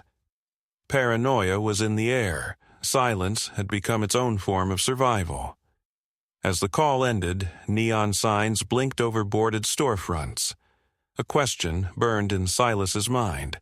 Had the mutation narrative always been a smokescreen? And if so, what exactly was in the Unity Serum? He knew his next decision would define the rest of his life. Remain a loyal agent or betray the institution he had served for over 2 decades. At the next intersection, a drone spotlight locked on. It scanned his face. Silas stood still. The device beeped once and drifted away. No red flags, not yet. He disappeared into the metro tunnel below. Somewhere deep inside, he knew, he had uncovered something monstrous. For years, he had believed in the Bureau's mission. That order must be protected. That public safety justified secrecy. Now, he wasn't sure if the greatest danger was the virus or the plan behind it. The world above descended into controlled chaos. Via 73 spread city by city. Metropolises turned to hushed quarantine zones governed by armored patrols under the National Stabilization Bureau. Curfews became gospel. Those who resisted were detained and transported to containment sites. Media broadcasts unified around one message. The virus was unbeatable unless everyone complied. And the price of resistance? Isolation. Starvation. Erasure. Amid the collapse, Silas led a double life, enforcing compliance by day, decoding secrets by night. A final series of files pushed him over the edge. Reports detailing a nano-emitter embedded in the vaccine compound targeting limbic regulation. One memo read, "Neurological influence suggests reduction in aggression, increased docility. Cognitive modulation, pending further refinement." Silas felt his stomach turn. This wasn't protection, it was programming. He contacted Dr. Suresh through a secure channel. After days of veiled replies, she agreed to meet at an abandoned shipping warehouse. When she arrived, her face was masked, posture wary. "Why should I believe you're not one of them?" she asked. Silas answered with one word. "Truth." He handed her the drive and explained everything. Her face fell. "I helped design the antigen," she admitted. "We were told it was a precautionary measure, preparedness for a future biothreat. But we didn't know it would be unleashed, or what it would become." When he asked about neurological influence, she nodded, voice cracking. "It's not mind control, not exactly. But it suppresses certain neural functions, reduces resistance, encourages compliance." Silas stood in silence. Something vast, something unspeakable, had taken shape behind the illusion of protection. And now he held the key to expose it. Compliance makes people more open to suggestion. Over time, it dulls critical thinking. They don't want an obedient society. They want one too numb to resist. The words struck Silas like a physical blow. Even with all his suspicions, hearing it spoken so plainly rattled him. He and Leanna continued talking in low voices for nearly an hour before she finally passed him a battered thumb drive. Her original, unredacted research. It confirmed what he feared most. VX-73 was synthetic, and the vaccine did, in fact, contain a behavioral compliance mechanism. "If they find this on you," she warned, "there won't be a trial. You'll just disappear." A rat skittered across the cracked concrete. The squeak of its paws, the quiet lapping of water beyond the pier, his own heartbeat. Everything felt edged with danger. They couldn't linger. They parted in silence, promising to meet again soon. Back at the Bureau of Federal Integrity, Silas resumed his double life, dutiful agent by day, covert investigator by night. Meanwhile, the nation's capital slipped further into fear-fueled militarization. Loudspeakers echoed the same slogans over empty boulevards. Stay safe, stay indoors, trust the cure. Drones patrolled overhead, casting wide arcs of white light in search of curfew violators. Social media was saturated with pro-government messages. Dissenting posts vanished within seconds, flagged as misinformation. Those who complied were granted the illusion of normalcy. Restaurants reopened for vaccinated customers. Offices buzzed again, provided employees showed a valid immunity pass. But something felt dulled. People asked fewer questions. surveillance was accepted. Silence became second nature. It was as if curiosity itself had been chemically muted. Inside the government, Director Vance Haler was elevated to the status of savior. According to official broadcasts, public polls had never been higher. News anchors repeated it like scripture. He saved millions. He restored order. No one mentioned the billions funneled to his political donors. No one questioned the vaccine's hidden modifications. Each day, Silas found it harder to hide his unease. His co-workers at the bureau spoke with strange, wooden calm, parroting Haler's lines, praising his foresight. It felt rehearsed. Their stress had been erased. To test his suspicion, Silas casually asked a colleague, "Ever think it's odd how lockdown protocols went into effect before infection rates even spiked?" The man's eyes glazed for a moment. Then he shrugged and replied, "Doesn't matter, Rock. They keep us safe." He turned back to his screen without another word. Silas walked away, certainty hardening in his chest. Haler's plan wasn't just operational, it was succeeding. The virus had been the perfect excuse to introduce sweeping surveillance and mass sedation, disguised as salvation. And the Bureau of Federal Integrity, fully complicit in the cover-up. He could stay quiet, or he could risk everything to expose the truth. That night, Silas found a sealed envelope slid under his door. Inside was a single typed line, "This is bigger than you think. They see everything." At the bottom was a strange symbol, a circle with a diagonal slash, like a stylized zero. He'd seen it once before, buried in a classified memo referencing a resistance cell operating beneath federal detection thresholds. If these rebels were reaching out, they believed he could be trusted. His heart pounded. He was now walking a razor's edge, his oath to the Bureau on one side and his conscience on the other. With shaking fingers, he opened his laptop. A new assignment blinked in his Bureau inbox. Monitor and track a suspected black market supplier of medical equipment. His blood ran cold. The name had appeared in Leanna's files. Another connection. Another step closer to the truth. Another reason the Bureau might soon brand him a traitor. He shut the laptop. Outside, the city lights bled across the storm-heavy sky. If he hesitated much longer, the window would close. The roots of control had already taken hold, and they were spreading. Later that week, he watched from the shadows as families gathered in the ruins of Old Glendale. The media called it a containment zone. Locals used another name, a human dumping ground. Conditions were inhumane, sporadic power, dwindling supplies, constant patrols by Unity enforcers. They scanned homes for unregistered children and those behind on their immunity updates. The air hung thick with dread.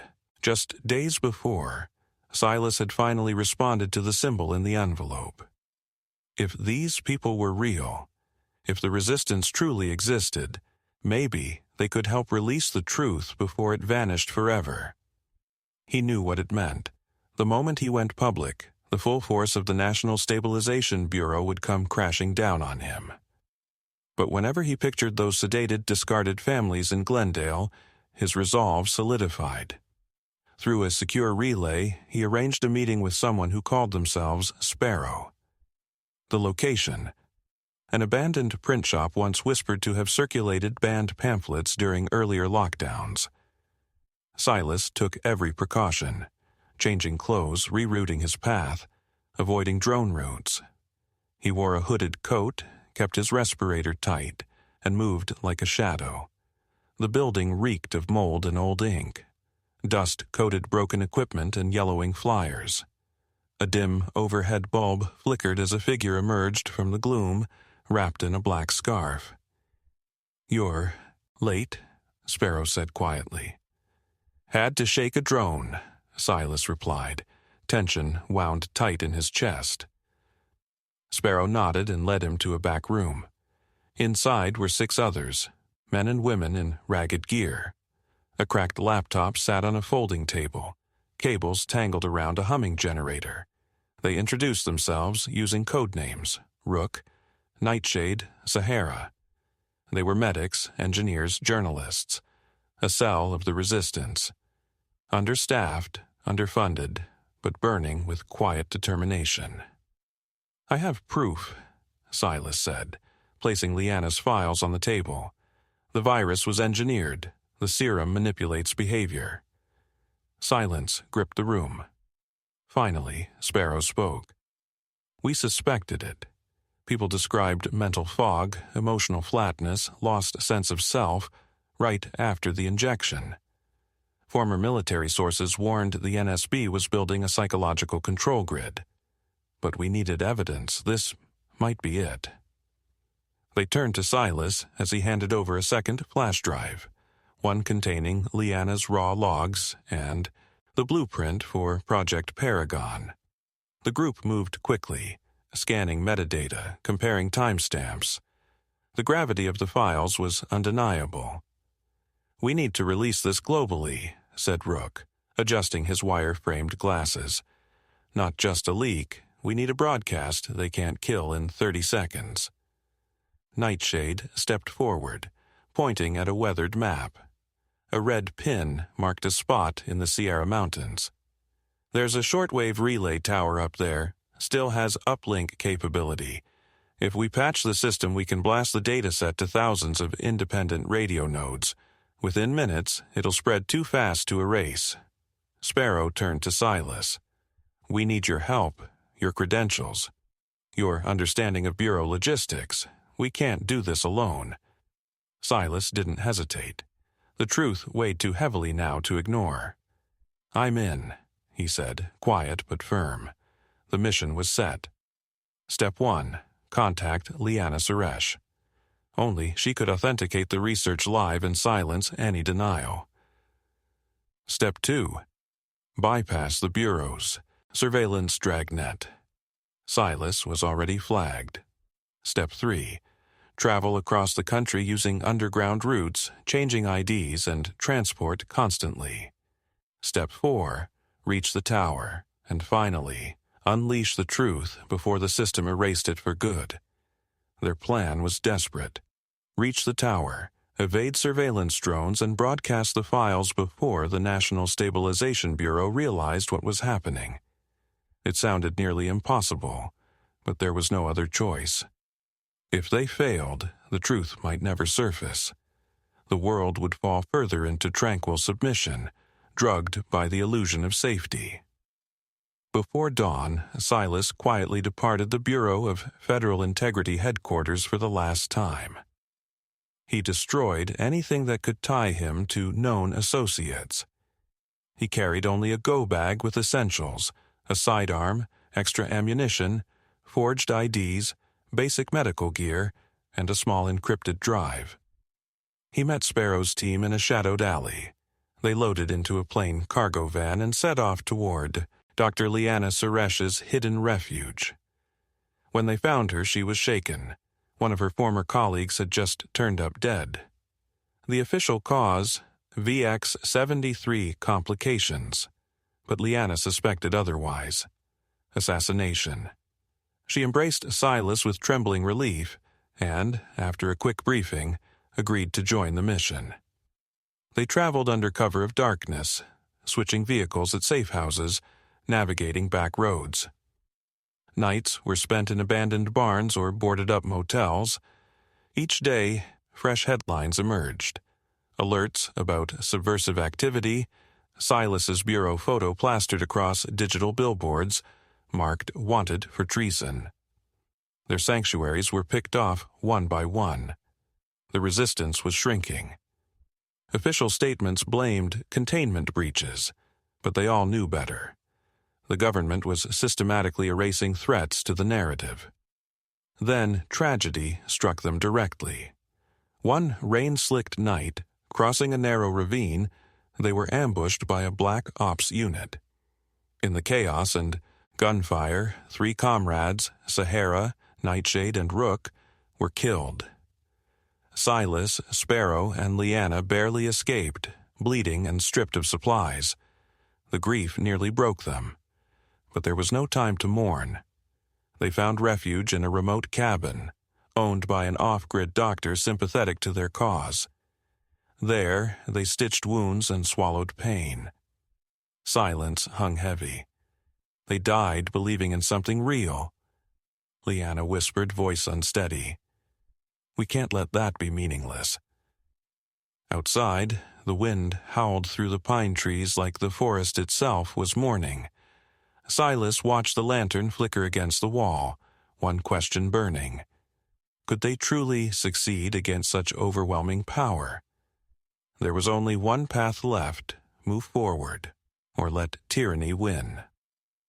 At first light, cold and dim, Silas Roar, Lyanna Suresh, and Sparrow prepared for the final stretch. Their fuel reserves and rations were just enough to reach the Sierra Mountains, home to the old shortwave radio tower.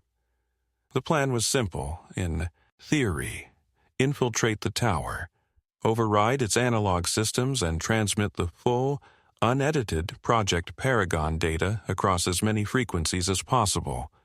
Even a few minutes might trigger a global cascade of truth. But the NSB was done playing games. The same morning, Silas went rogue. Director Vance Haler enacted the Silence Protocol, a sweeping directive authorizing lethal force against any agent accused of spreading disinformation. The public explanation: national safety was at risk. The NSB seized control of all state media. A full lockdown followed in regions flagged as subversive zones. Through a stolen data feed, Silas watched Haler deliver a televised address, flanked by armed officers. "We are at war," Haler declared. "A war against a virus, both biological and ideological. We will not allow a few radicals to dismantle national unity. This protocol ensures safety for all." Behind him, the NSB insignia glinted, an eagle gripping a syringe in one talon and a shield in the other. Unshaken, the trio pressed on, twisting through forest access roads, dodging patrols, passing dark homes with windows nailed shut. The sky darkened with storm clouds, as if the world itself sensed what was coming.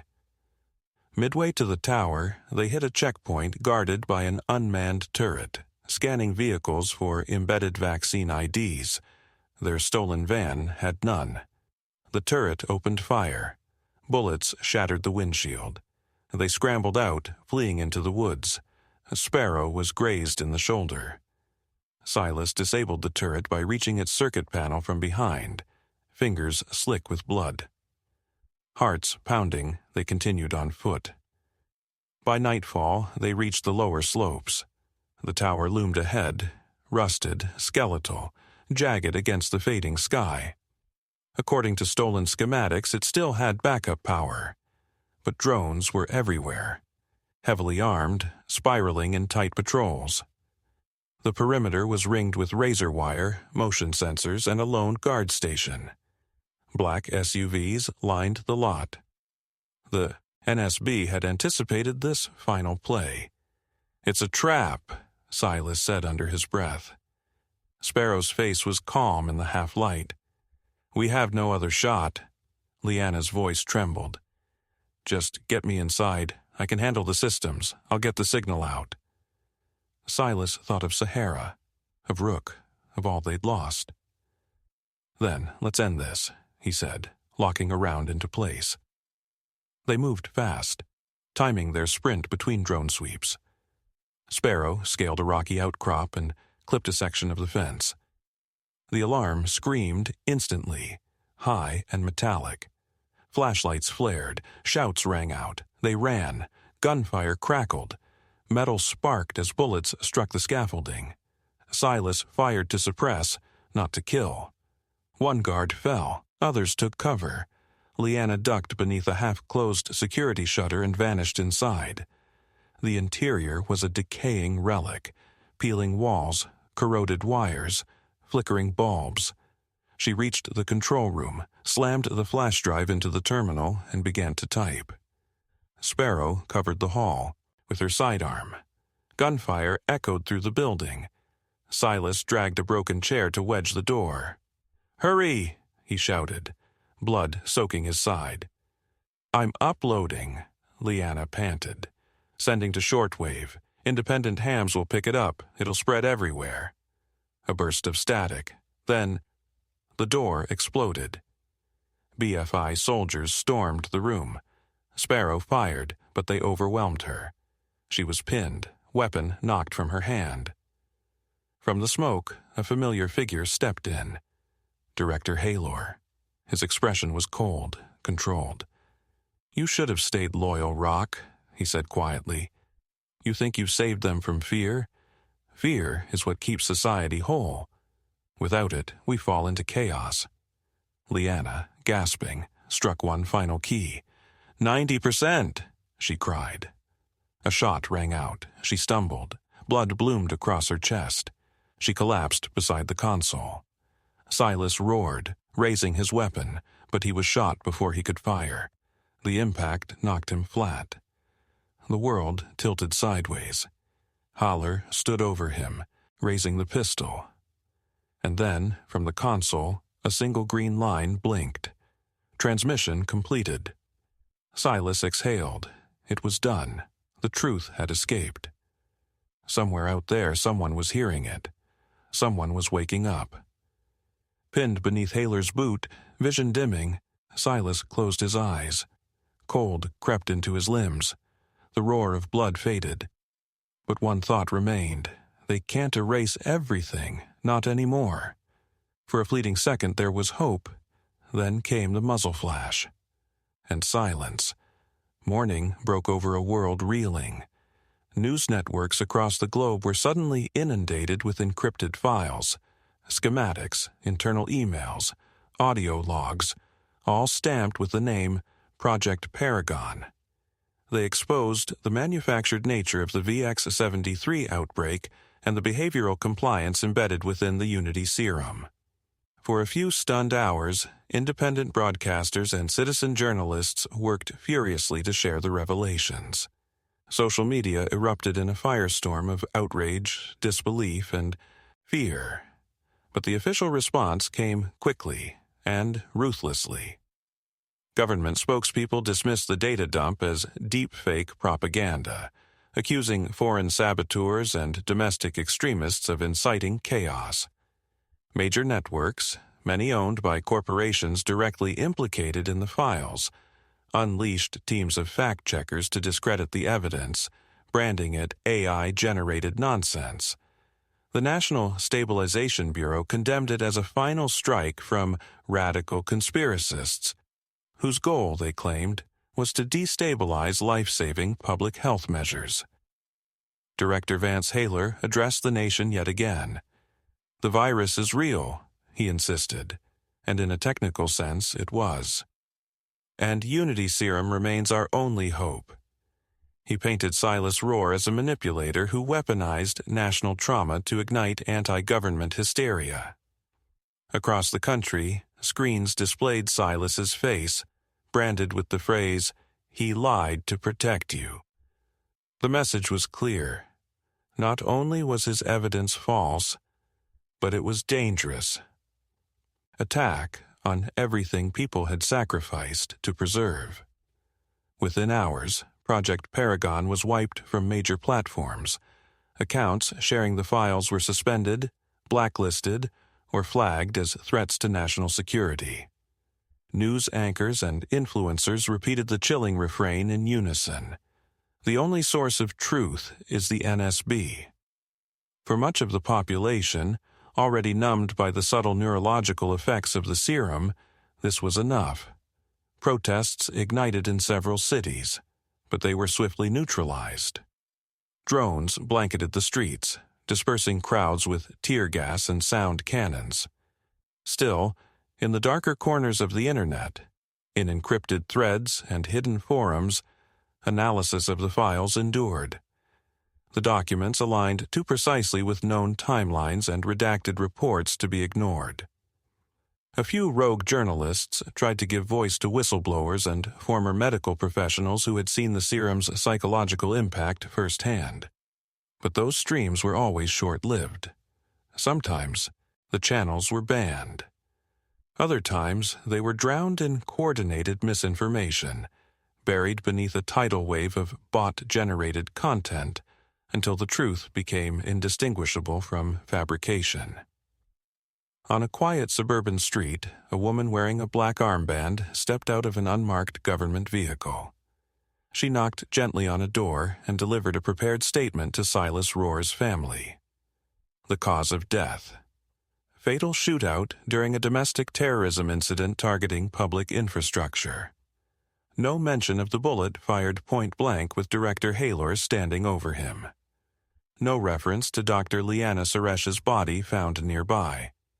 Inside bureau records, the update was cold and final. Silas Rohr, deceased. Status, enemy of the state. And just like that, his story was over. The media cycle moved on. New variants of VX-73 spurred fresh lockdowns. The serum was rebranded, Unity Serum Plus, marketed as safer, more effective, and future-ready. Legislation mandated its administration to all children upon reaching the age of 5. Biometric ID systems became universal. A palm scan or retinal match was now required to buy groceries, withdraw funds, or board public transport. Privacy became a myth, a relic from another time. But some whispers would not fade. In basements and encrypted chat rooms, fragments of the resistance still stirred. Some had witnessed the disappearances. Others remembered how loved ones changed after their injections, how curiosity vanished, how fear was replaced by quiet compliance. They remembered glimpses of the Paragon files, glimpses that wouldn't let them go.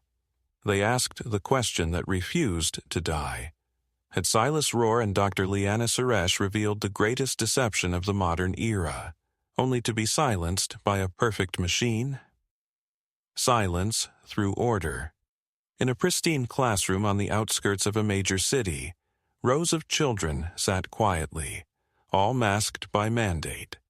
Bright posters decorated the walls, envisioning a sterile utopia stamped with the NSB crest. Slogans read, "Order through unity, safety through silence."